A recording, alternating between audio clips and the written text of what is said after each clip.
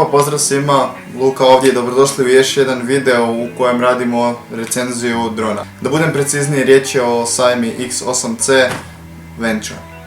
Sami dron dolazi u ovoj kutiji, kao što vidimo i na ilustraciji. Evo dakle tog drona, Saima X8C. Neki ga još zovu i trening dronom za DJI-ove fantome. Ogroman kvadrakopter, stvarno lagan, ima mogućnost nošenja, dakle GoPro kamera, o tome ćemo nešto više. Uz njega znači dolazi i ova kamera, ništa posebno, 2 megapiksela. Moje mišljenje za takav dron bi trebalo biti jača kamera. Dobijemo dodatne propelere, u slučaju da imate nezgodu i neki pukne, možete zamijeniti. Kopci za propelere sa šarafićima, još dodatnih šarafića, šaraf ciger, zaštite za propelere i punjač.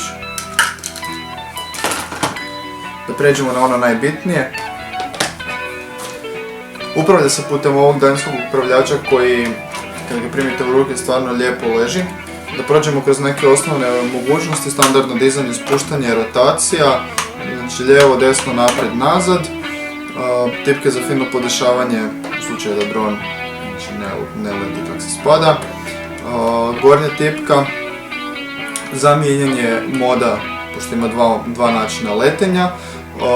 Ove tipkice sa strane služe više za njegovu integriranu kameru, da bi pokrenulo video snimanje itd. Te gornja lijeva uz njezinu kombinaciju i pokretanje gljivice, sami dron ima mogućnost da radi trik 360 stupnjeva. Također još dolje imamo i mali display na kojem vidimo stanje baterije daljinskog upravljača, da li motori na dronu rade, te kuteve i neke posebne stvari koje su nam bitne dok letimo. Sami dron, kao što sam već rekao prije, može nositi GoPro kameru. Ovaj mount za nju, znači ne dobijete, ja sam ga sam napravio od već postojeće kamere.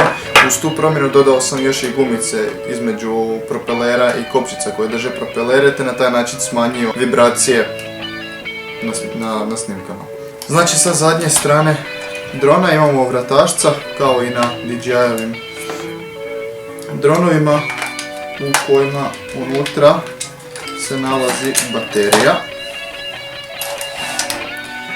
Ovo je baterija koja ima 7,4 V izlazno napajanje, te kapacitet od 2000 mAh što nam omogućava nekih od 7 do 12 minuta letenja, ovisno o vremenu, da li je vjetrovito ili nije. I naravno o kameri koju sam dron nosi. Hajdemo sad provjeriti kako on stvarno izgleda na terenu i kako se on ponaša.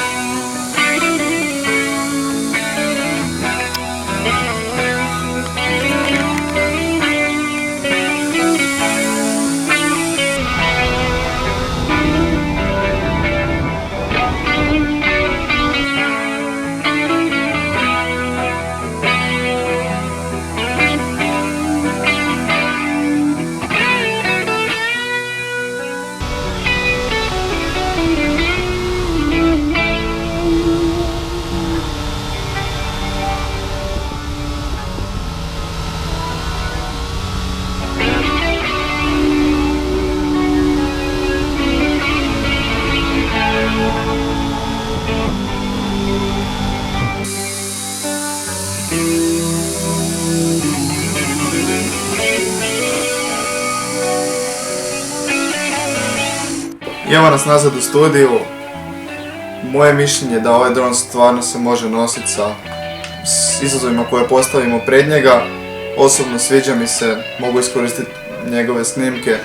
Vidjeli ste i sami kako to izgleda i nadam se da vam se sviđa. Za sva pitanja koje imate slobodno ostavite u komentaru i vidimo se u idućem videu. Lijepi pozdrav!